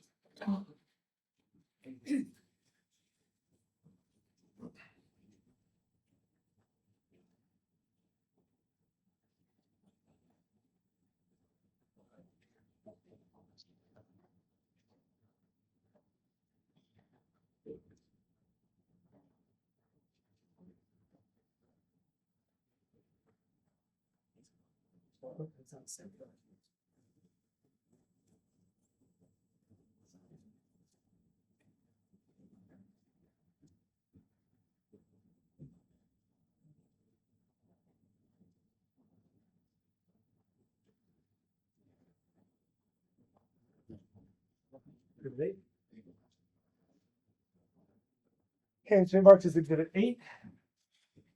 Is that the schedule for the end of May, beginning of June 2025? Yes. Is your name on that schedule? Yes. Does it schedule you as working during that week? Which week in particular, sir? I'll talk about the top week, May 25th to May 31st. Yes. And is it listed that Officer Brothers and the chief are both off that week? Yes. And did the schedule have to be amended because you had an emergency causing you to not be able to work all your hours that week? I'm marked off. I don't recall the reason. Okay.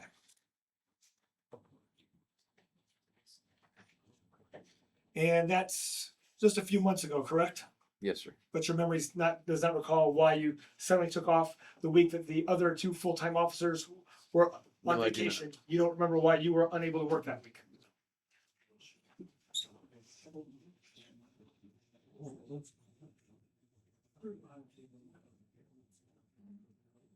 You're not telling the truth there, Mike. Hey, we're not gonna have the audience, okay? Never a lot, man. You're not. Hey, we're not gonna have this from the audience, okay? This is for the people up front here. I agree with Mr. Mason, but let's keep it simple.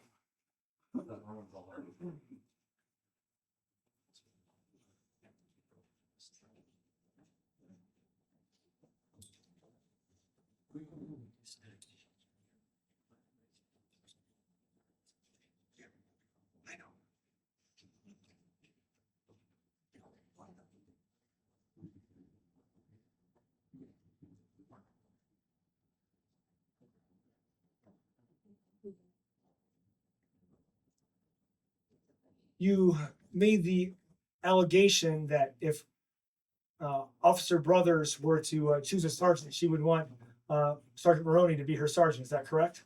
That's correct.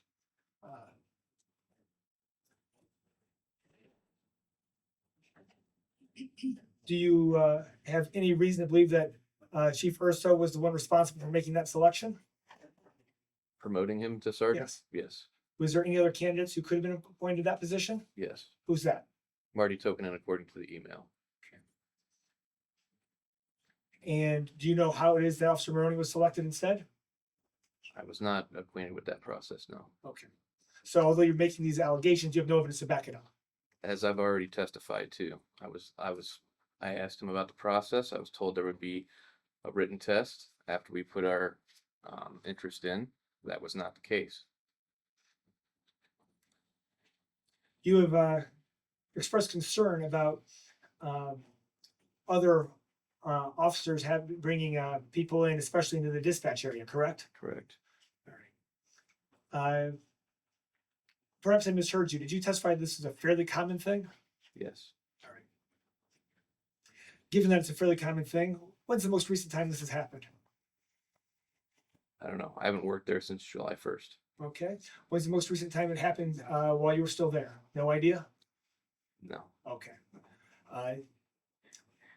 The people who were bringing in, if people are coming in, this is the dispatch area.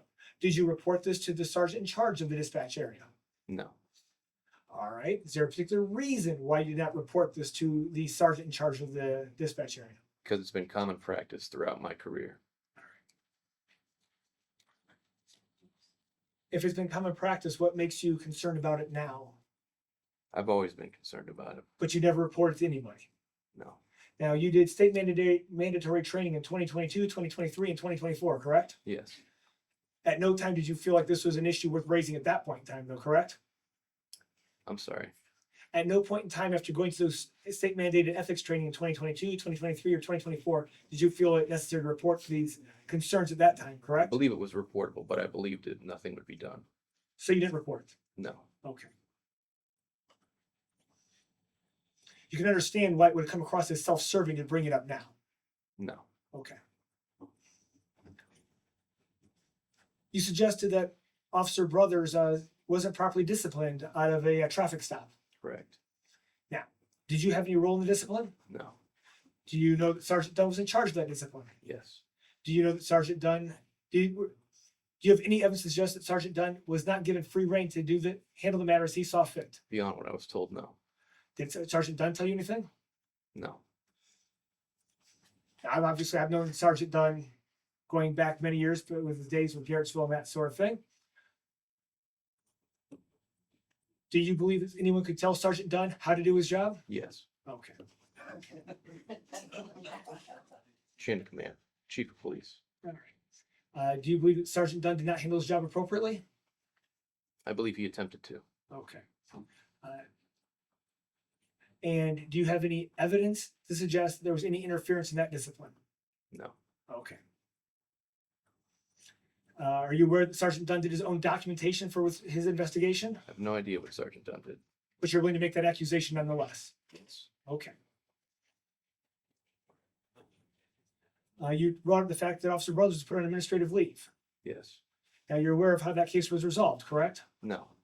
You're aware that you are not aware that case was dismissed? I'm aware it was dismissed. Okay. That's kind of a resolution, isn't it? I believe it's still there for prosecution, so it's Okay. not fully resolved. I just want to check, that was dismissed without prejudice to my knowledge, so it's not. So I think we need to be accurate with what we're representing. All right. If he knows, right. And you believe that she was working because I believe you said you saw an envelope with handwriting on it. Correct. Now, how do you know whose handwriting it was? Familiar with Miranda Brothers' handwriting. All right. Are there other people who have? Are there other women who write on envelopes in the office? Yes. All right. Is their handwriting that different? I don't recall. Tell me about the handwriting training that you've been offered over your years with Newton Falls, Garrettsville, Wyndham, or any other police departments you've been working for. Never had any. Okay. But from seeing an envelope, you're quite confident you can identify the handwriting. That wasn't the only thing I testified to. Okay. Can I just address this issue of the envelope that you saw handwriting that you're going to presume was Miranda's, but without any actual evidence, correct? In addition to what I was being told, yes. All right. Well, let's talk about the contents of that envelope. Did you open up that envelope? No. You have any idea what's inside the envelope? No. But you're comfortable in asserting that she must have been doing work for the village during that time. Yes. Okay. And you were told by other people that she was doing work, correct? Yes. And who are those people? Jennifer Lintz. Jennifer Lintz. Okay. So that's the testimony you're relying upon for your statements. That's what I'm testifying to. All right. So to be clear, do you have any firsthand knowledge or are you just relying upon Ms. Lintz? Just that statement. Okay.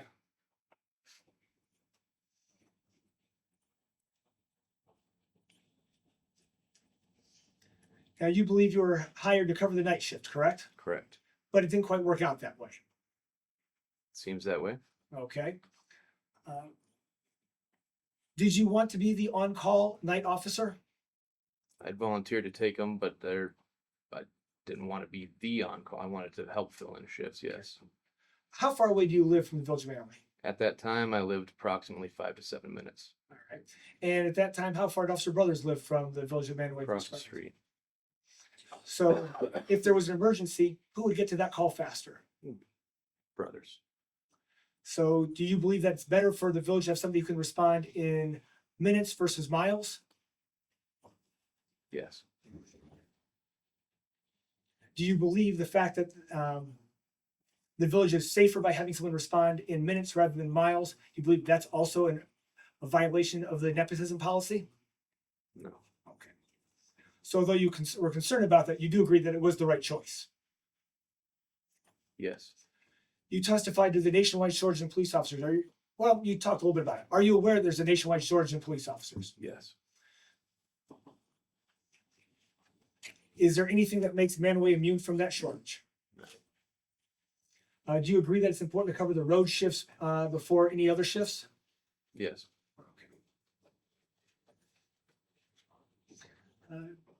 You testified concern about children and dogs at the police station. Is that correct? Yes.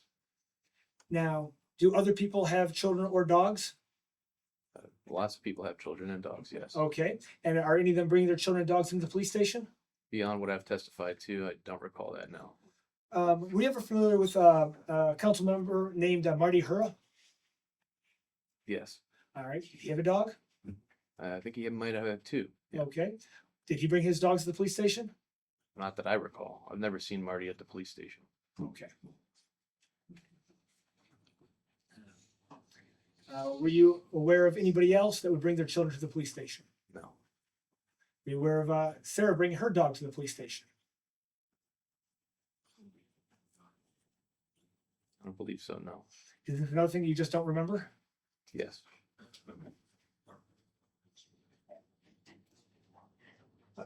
I just Did you raise these Sorry, I just want concerns? to I'm object sorry. to the badgering. I mean, we don't need to kind of, pick on the witness about stuff like that. That's not really appropriate, but that's all I just want to object to. I'm moving along.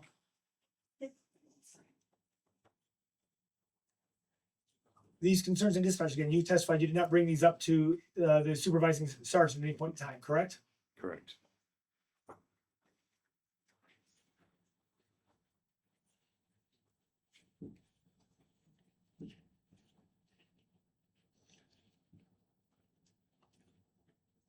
You described this student resource officer as a more community-oriented role, correct? School resource officer, yes, sir. As part of that, did you sign up to go to Crestwood basketball games and perform services there? I don't believe so, no. Did you sign up to go to any of the Crestwood football games and provide police services there? I don't recall, no. He's really tempting you with those answers. I'm sorry. Sorry. Did you sign for any of the school dances? As a school resource officer for entire school year, well, first of all, let's go back. You agree that Crestwood would hire police officers to come to the dances, the football games, and the basketball games. Yes. And that's an opportunity for many of the students to get together and to see law enforcement and teachers and community in a different light, correct? Yes. All part of that community-oriented goal that you said an SRO has. Yes. So then with that in mind, why didn't you sign up for any of these roles? They pay $35 an hour. Figured I'd give the part-timers some extra money. You didn't think this would be beneficial to your role as a student resource officer, school resource officer, I did. but giving the money to somebody else was more important. At that point, I was quite checked out as well. So, Okay. You were quite checked out. Football season is in the fall, correct? yes. You were checked out during the football season My morale was quite low, yes. when you first started the job. Not when I first started, no. Well, you started the job in September. When does football season start? Shortly thereafter. And run September, October, into November. Yes. So you were checked out already, Yes. 2 weeks into the job. It wasn't 2 weeks. how long did it take you to get checked out of the job? I don't recall. Counselor. I'll move on. Okay.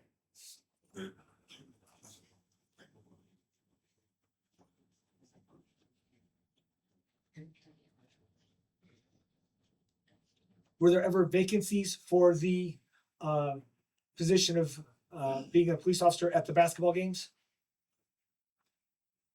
I don't remember. So if there were vacancies, that meant the part-timers weren't taking them. That would mean nobody's taking them, yes. Okay. But you don't remember if that happened or didn't happen? No.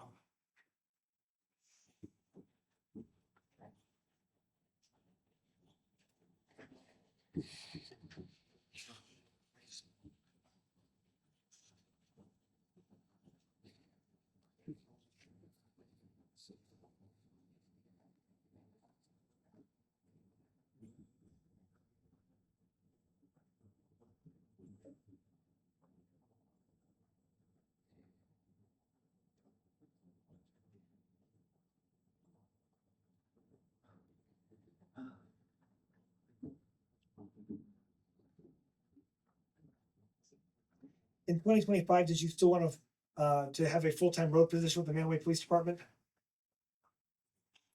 Yes. even after you were checked out? You need money. You need to work to live. At that point in time, did you consider signing up for the school dance like the prom? No.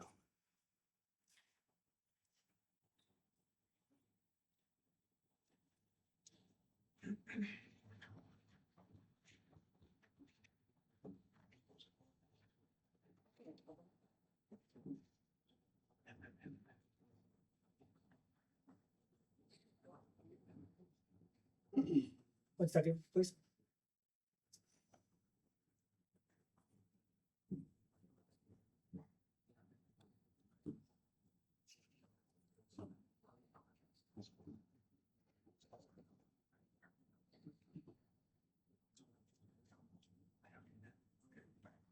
Thank you. Nothing further this time. Any redirect? Yes, just a moment, please.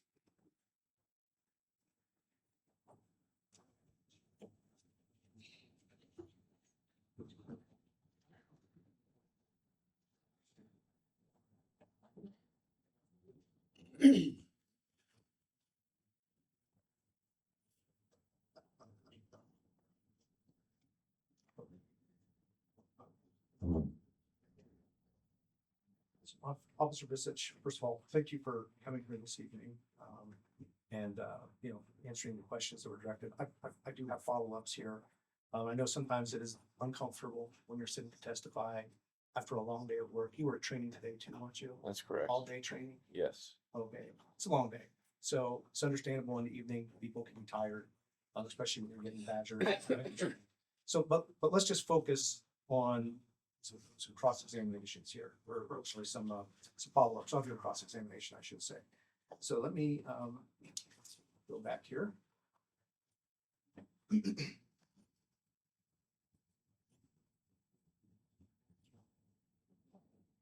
So let's go back to when we were talking about the physical, I suppose, okay? Let me try to pull some of these exhibits. I was trying to write the numbers down as they were coming at me. I think I've got an order. Okay, yeah. So we've got. So let's talk about this physical first of all. You weren't responsible for setting up the physical, right? That's not Correct. right. You don't do anything with the physical until the chief contacts you, says, "Hey, here's somebody to call for your physical." Is that right? Correct. So let's look back at this exhibit 2 that you were just shown. You still have a copy of that up here? It's here. Here we go. Yes. Okay, and this, where it says call Dorothy, this is the chief reaching out for you for the first time saying, go get your physical, right? Yes. And this is dated October 25th, 2024. That's correct. The SRO training's already over, isn't it? I don't remember when it was scheduled, but if we're going off of this year's dates, then yes. Yeah, I mean, if not, it's going on right now. So he didn't even tell you, go get your physical, so that was already over, did he? Correct. I'll object here. You're assuming this is the first time that he was asked to do the physical. I'm going by what you presented to me. No, you're assuming it's the first time. I'm not saying it's the first time. I'm just saying it's been presented. Are you assuming a fact, not in evidence, or you have evidence that this was the first time? I'm going by what you presented. You represented that this is the communication, correct? Did you say that he taught? I mean, I'm going by what you said, sir. So, I mean, I guess that's the question you have to answer. But Why don't we direct a question to the witness? yeah, so I guess he has to roll on this objection. So, but anyway, to the extent it is represented, which I understood, and maybe I'm misunderstanding, but I'm sure Chief Urso will testify sometime. This contact to you, though, states that it's dated October 25th, 2024. That's Right. correct. And you would have had no involvement in setting up the physical at all, right? That's the chief's job, That's correct. correct? I mean, so let's just go back to square one on that, all right? So chief has to set up the physical for you. Chief should be aware of when the SRO training occurs. He was an SRO, for crying out loud, right? So let's go back to that. So that's what we're seeing here. Do you recall having a conversation with the chief prior to this date about it? Beyond having to take one, no. And we say beyond having to take one. He just let me know that I would have to take a physical to be full time. Okay. And then he was gonna get back with you. Yeah. Okay, got it. All right, so. Now, you were asked when you were given, they said that you had trouble, the way it was phrased, I did quote this from the opposing counsel. He said, quote, "You had trouble scheduling the physical." But actually the chief had to give you the contact first to schedule it, correct? And then this seems to be some communication about scheduling that physical, right? Yes. And it looks like you scheduled it for after being contacted on October 25th, you scheduled it on November 14th. Is that what this is saying? Or when did that get scheduled? Do you know?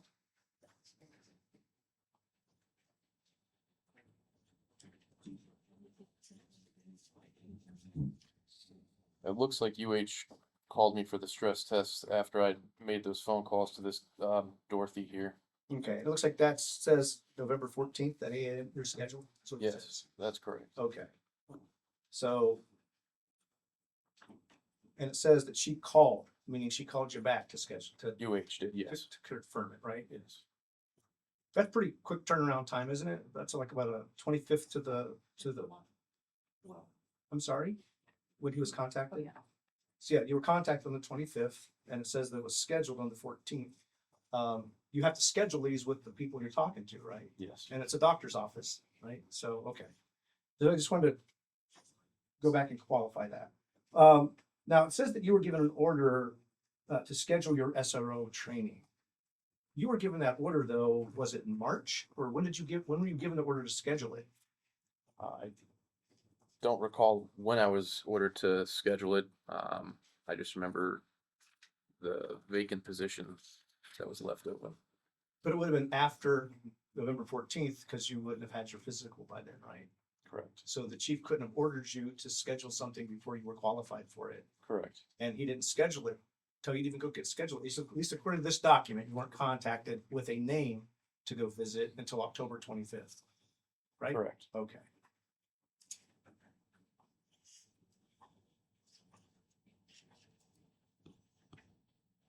Now, there was some discussion about all this training that you were given, and forgive me, I don't know why that was relevant to this case, but isn't it typical for full-time officers to get training? I mean, that's part of your job, isn't it, to get trained? Yes. And I think you testified that you and Officer Brothers, the only two full-time officers, received training, right?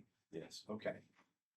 So this isn't something special, it's something that's expected for your position to receive training, isn't it? Well, especially the CPTs aren't anything, every officer in Ohio has to take a CPT, so they're all state mandated, nothing special the department will put on. And so part of the exchange we had here was that as SRO, you report to the chief. I think that's what was kind of discussed here. When you are intern SRO, you also report to the chief. In other words, when you're filling in for that I role. would assume so, yes. So Miranda Brothers has been filling in for that role since you've no longer been there as the intern SRO. She's reporting to the chief then, right? According to that, yes. Is it your understanding that part of the parameters placed on the chief after having this nepotism issue the first time was that he was not supposed to be supervising her? Correct. Okay.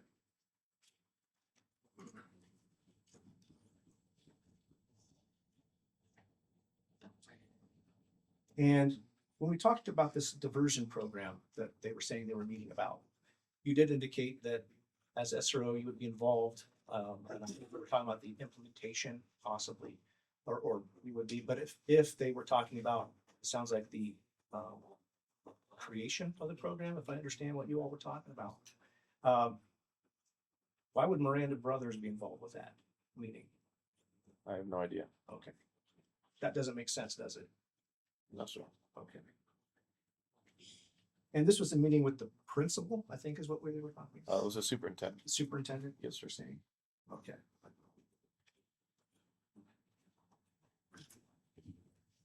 And she was here testifying, so Yes, sir. if they wanted to clarify that with her, she was here trying for the pickets to talk to, wasn't she?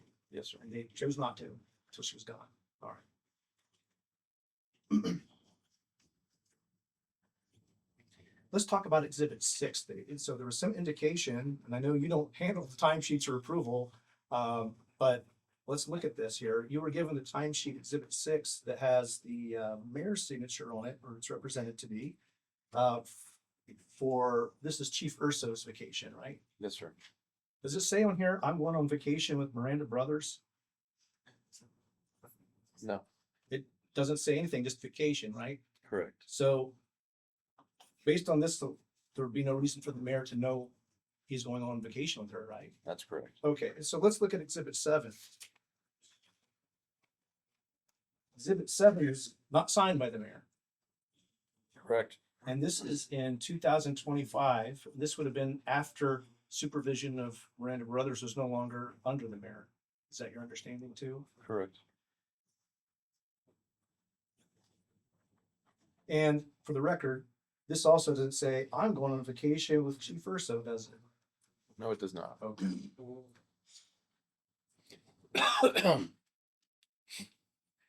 And for, well, you may not know. I'll save that for someone else.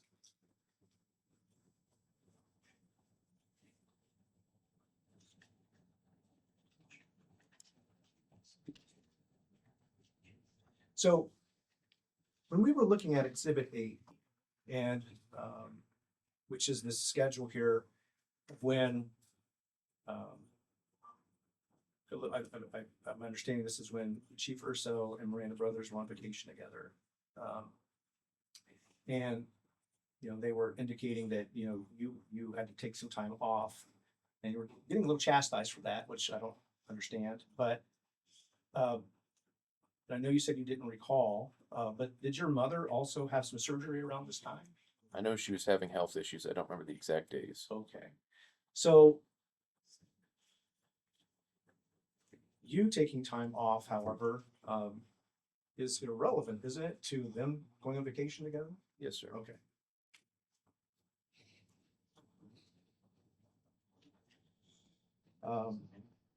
Now, it was also represented to you that Sarah Harper also brought a dog in, Yes, sir. and you said you didn't have knowledge of that personally. I don't recall, no. But if it's represented to you from the chief's counsel that she did, wouldn't that just be one more example of him letting dogs in? One could assume, yes. Okay. So that's how I take that. Now, there was also some back and forth about why you didn't sign up for these games and dances, which I was also trying to follow as to, I guess why that's important. And it seems to be implied that as SRO, you should have wanted to do these things, but were you required to do them? No, All right. So it's something that would have been nice to do, I guess, is what they're saying, but you weren't obligated to do. correct. Okay. And the other thing about this games and dances is when they were saying, hey, look, because you said, hey, part-timers should be giving them part-timers a chance. And they said, well, there's vacancies, so wouldn't that, I think the argument was, wouldn't that defeat your argument of trying to give them opportunities if they're not signing up? Did you even look at the sign-up sheet? Because you're not signing up, are you? No, I So- did not. How would you know that? Okay. So when you said, I have no recollection, and I know there were some snickers, it's because why would you even know? Why would you look at it? And for the record, let me ask you, when you say I have no recollection, are you basically saying not to your knowledge? It's the same thing. So, Objection. okay. I'm just asking him his opinion on what he's saying. So I guess you can draw conclusions from those, but anyway, I just wanted to clarify that those issues there. So let me see if there's one more thing I want to talk about here. I think that might have covered most of them.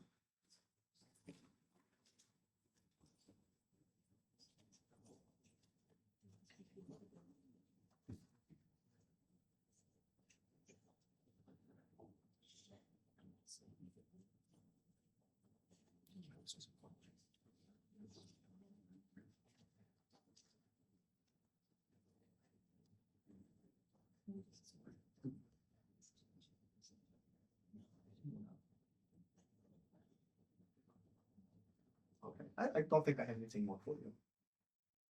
Across?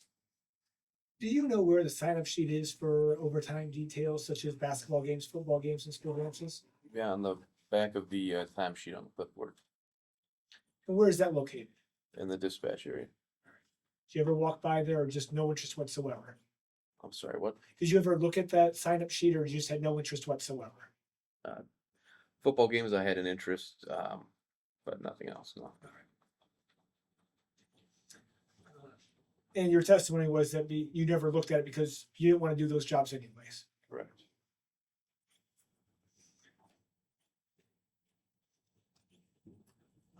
You testified that you believe that if Miranda was operating as a school resource officer, that she must be reporting to the chief of police.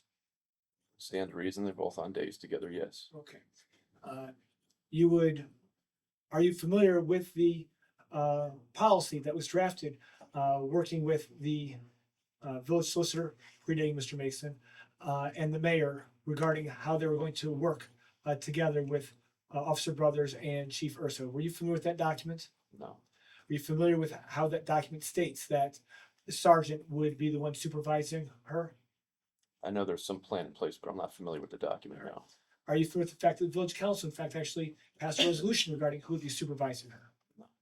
So, when you're saying that I'd stands just to like to object. I don't think that resolution was actually passed, but Okay. suffice to say that when you say it stands to reason, you have no idea who is actually doing the supervising, correct? Correct. Do you recall whether or not that email or text message, excuse me, was the first time that the chief asked you to go get a physical?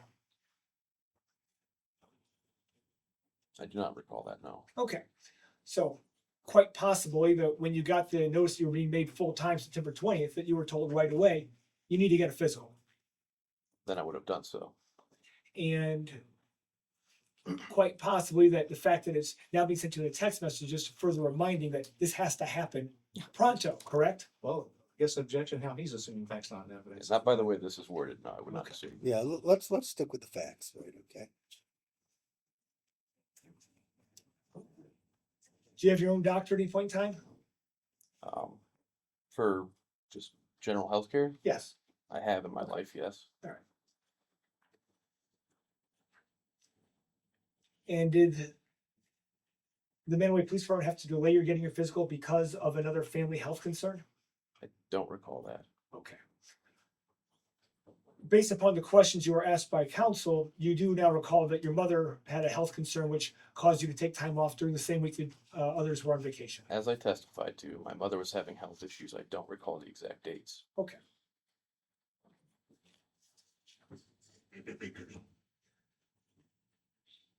You would agree with me, though, that the sergeants did have a schedule for that week that would have every shift covered, correct?